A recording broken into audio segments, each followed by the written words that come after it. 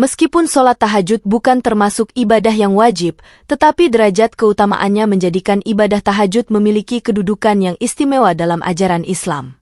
Dalam surat Al-Isra ayat 79, Allah Subhanahu wa Ta'ala berfirman, "Dan pada sebagian malam, lakukanlah sholat tahajud sebagai suatu ibadah tambahan bagimu, mudah-mudahan Tuhanmu mengangkatmu ke tempat yang terpuji." Namun penting diketahui oleh kita, beberapa hal yang harus dihindari agar sholat tahajud tersebut tidak sia-sia. Hal-hal ini jika dilakukan, bisa membatalkan pahala sholat tahajud yang kita kerjakan. Sungguh sebuah kerugian besar bagi kita jika hal tersebut terjadi. Karena itu, dalam video kali ini kita akan menguraikan bersama hal-hal apa saja yang tidak boleh kita lakukan, agar pahala tahajud kita tidak sia-sia. Tapi sebelumnya, jangan lupa untuk senantiasa bersyukur kepada Allah atas segala karunia dan rahmat-Nya, terutama nikmat iman dan Islam. Serta jangan lupa meninggalkan jejak sholawat kepada Nabi di kolom komentar, insya Allah bisa menjadi saksi kecintaan kita kepada Nabi Muhammad Shallallahu Alaihi Wasallam, dan semoga kelak kita termasuk golongan orang yang mendapatkan syafaatnya di hari kiamat nanti. Sahabat yang dirahmati Allah, setidaknya ada 5 hal yang bisa membatalkan pahala sholat tahajud kita. 5 hal ini sering tanpa sadar kita lakukan, salah satunya karena kurangnya pemahaman keagamaan kita. Maka semoga setelah pembahasan kali ini, kita bisa memperbaiki pelaksanaan ibadah sholat tahajud. Pertama, tidak memiliki keikhlasan dalam niat. Sahabat Jalazat, niat memiliki kedudukan penting dalam suatu perbuatan. Nilai sebuah perbuatan bahkan tergantung kepada niatnya. Sebuah perbuatan yang baik dan luhur, ketika tidak didasari oleh niat yang baik, maka keluhurannya tersebut bisa hilang. Dalam hadis yang diriwayatkan oleh Imam Bukhari dan Imam Muslim, Rasulullah Shallallahu Alaihi Wasallam bersabda, "Sesungguhnya amal itu tergantung niatnya, dan setiap orang akan mendapatkan apa yang diniatkannya." Secara sederhana, niat diartikan sebagai tujuan atau keinginan seseorang untuk melakukan suatu perbuatan. Niat bukan hanya sekadar pengucapan lisan, melainkan suatu keyakinan yang lahir dari hati yang ikhlas untuk mengharap ridho Allah Subhanahu wa Ta'ala. Dalam Islam, niat harus tertuju kepada Allah dan bukan kepada makhluk atau kepentingan duniawi.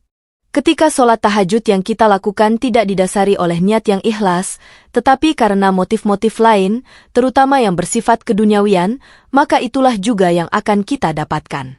Tentang hal ini, Rasulullah Shallallahu Alaihi Wasallam pun mengingatkan kita dalam hadisnya, apabila salah seorang di antara kalian bangun malam lalu hendak mengerjakan sholat malam, janganlah ia menyebutkan perkara-perkara duniawi dalam sholatnya. Dan janganlah ia berdoa kecuali untuk meminta kebaikan saja, atau memohon perlindungan dari kejahatan. Hadis riwayat Imam Abu Daud. Sebaliknya, jika sholat yang kita laksanakan ikhlas karena Allah, maka limpahan pahala dan rahmat-Nya akan tercurah kepada kita. Dan Allah akan mengangkat kita ke tempat yang terpuji, sebagaimana disebutkan dalam surat Al-Isra ayat 79, dan pada sebagian malam, lakukanlah sholat tahajud sebagai suatu ibadah tambahan bagimu, mudah-mudahan Tuhanmu mengangkatmu ke tempat yang terpuji. Kedua, melalaikan hal yang bersifat wajib. Dalam ajaran Islam, setiap hal disebut baik sesuai dengan tempatnya masing-masing. Terkadang kita tidak memahami prinsip ini. Itu sebabnya, ada di antara kita yang rajin mengamalkan perbuatan-perbuatan yang bersifat sunnah, tetapi lalai melakukan apa yang sudah diwajibkan. Misalnya, malamnya kita melaksanakan sholat tahajud, karena kelelahan sholat syubuh pun terlewatkan. Padahal, kedudukan hukum sholat syubuh lebih tinggi dari sholat tahajud.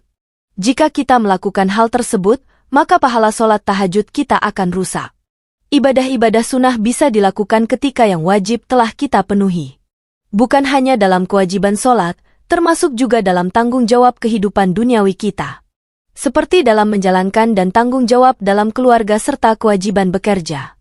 Jika seseorang terlalu sibuk dengan ibadah malam, sehingga mengabaikan tanggung jawab kepada keluarga, maka hal ini tidak dibenarkan.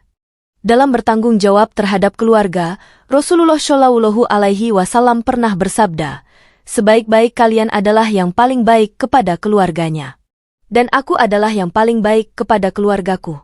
Hadis riwayat At-Tirmidzi. Sholat tahajud sangat dianjurkan, namun hal itu tidak boleh mengganggu kewajiban lainnya seperti mencari nafkah untuk keluarga. Meskipun ibadah tahajud memiliki keutamaan yang besar, namun tidak boleh dilakukan dengan mengorbankan kewajiban dan tanggung jawab lainnya terutama terhadap keluarga dan pekerjaan. Disinilah pentingnya seorang muslim memahami skala prioritas dalam hidupnya. Karena semua ibadah itu memiliki kedudukan dan keutamaannya masing-masing, dan hal ini hanya bisa difahami dengan berilmu. Ilmu itulah nanti yang akan memudahkan seseorang untuk menentukan perilakunya, termasuk dalam beribadah. Semua ibadah itu penting, tetapi jangan sampai satu ibadah mengorbankan ibadah atau kewajiban lainnya, yang karenanya menempatkan seseorang dalam perbuatan zalim. Sahabat, semoga kita terlindungi dari perbuatan yang bisa merusak pahala tahajud ini. Ketiga, tidak menjaga akhlak dalam kehidupan sehari-hari. Sahabat Jalazat, ada banyak perbuatan buruk yang bisa merusak pahala ibadah kita, termasuk merusak bahkan menghapus pahala sholat tahajud. Rasulullah Shallallahu Alaihi Wasallam bertanya kepada para sahabat, apakah kalian tahu siapa orang yang bangkrut itu? Para sahabat menjawab, orang yang bangkrut itu adalah yang tidak mempunyai dirham maupun harta benda. Tetapi Nabi Shallallahu Alaihi Wasallam berkata, orang yang bangkrut dari umatku ialah orang yang datang pada hari kiamat membawa pahala sholat, puasa dan zakat, namun ketika di dunia dia suka mencaci maki dan salah menuduh orang lain, makan harta orang lain, menumpahkan darah dan memukul orang lain tanpa hak. Maka orang-orang yang terzalimi itu akan diberi pahala dari kebaikan-kebaikan pelaku zalim. Jika telah habis kebaikan-kebaikannya, maka dosa-dosa mereka akan ditimpakan kepadanya, kemudian dia akan dilemparkan ke dalam neraka. Hadis riwayat Imam Muslim. Hadis ini memberi peringatan bagi kita untuk bisa menjaga akhlak agar sholat tahajud kita tidak sia-sia. Perbuatan-perbuatan seperti menggunjing orang lain, menzalimi sesama manusia, memakan harta yang bukan hak kita, adalah contoh dari akhlak tercela yang bisa menggerus pahala ibadah kita, termasuk pahala sholat tahajud. Sebagai seorang muslim, kita tentu tidak ingin ketika menghadap Allah kelak di hari kiamat, pahala kita telah habis akibat keburukan akhlak ketika di dunia. Maka penting bagi kita untuk melaksanakan sholat tahajud sambil menjaga perilaku kita sesuai dengan ajaran Islam. Sehingga sholat tahajud yang kita dirikan tidak sia-sia dan hanya sekedar mendapat keletihan dan kecapaian belaka, sebagaimana disampaikan dalam sebuah hadis Nabi Shallallahu Alaihi Wasallam. Berapa banyak orang yang sholat, keuntungan yang diperoleh hanyalah payah dan letih. Hadis riwayat Ibnu Majah. Keempat, merasa ujub atau bangga terhadap diri sendiri.